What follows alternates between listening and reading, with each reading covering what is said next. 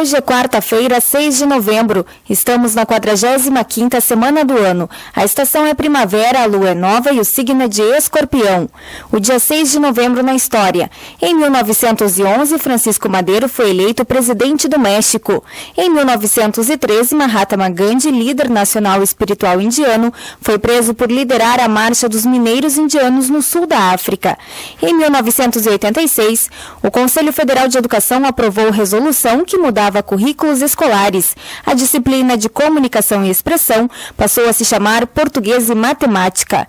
Em 1997, um tribunal suíço ordenou a captura de 7 israelenses acusados de tramar o sequestro da Tina Russell, de 12 anos, a menina mais rica do mundo, neta do magnata grego Aristóteles Onassis. Frase do dia: a maturidade vai te ensinar a olhar a vida com menos ilusão, aceitar com menos sofrimento, entender com mais tranquilidade e querer com mais vontade.